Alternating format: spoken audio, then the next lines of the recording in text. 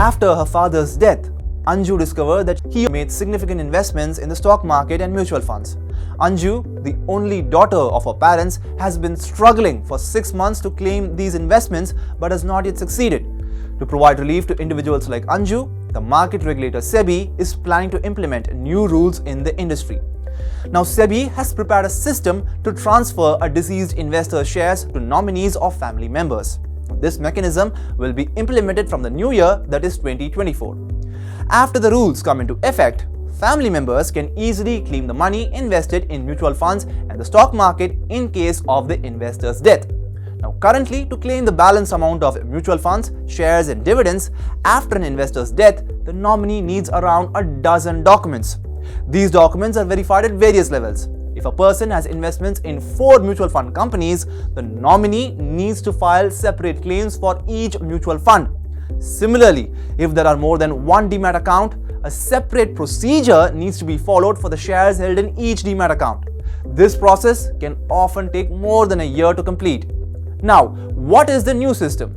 In the new centralized verification system, there will be no hassle for the nominee in share transmission. This will be done following the KYC, which is Know Your Customer process, and through registration agencies, which are KRAs. The new system will be effective from January 1, 2024. In the centralized system, registered investment advisors or RIA and stockbrokers will verify the documents. Now, after receiving the information about the investor's death, the concerned intermediary will ask for the nominee's PAN and Aadhaar card and investor's death certificate. After that, the death certificate will be verified online or offline. After verifying the death certificate, the intermediary will have to request the KRA for KYC modification on the same day. Now, along with this, relevant documents will also need to be uploaded. During this time, the intermediary will have to block the transactions related to the deceased investor's account. Now, after completing the centralized verification process, the investment in shares and mutual funds will be transferred to the nominee or the legal heir's account. Under the current system, the nominee has to submit a transmission request form to the depository participant, which is the DP of the deceased individual. Now, after filling out this form, he or she must deposit the deceased account holder's death certificate notarized by a notary. Now, additionally, documents such as relationship proof, identification and address are also requested sometimes. If the nominee is not added, the process becomes even more complicated. In that situation, one would be required to obtain a succession certificate from the court.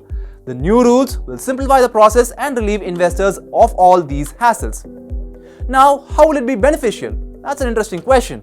Speaking on this, certified financial planner Jitendra Solanki says that with Sebi's new rules, in case of the investor's demise, the process of transferring mutual fund units and shares will become quite easy. He adds that demand for this system has been there for a long time.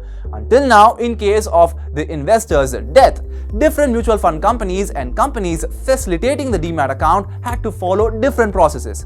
This used to take a lot of time. In the new system, however, stockbrokers, RIAs and intermediaries like KRAs will find it much easier. With the document verification process becoming centralized, the nominee can process the entire investment from one place and transfer it to his account.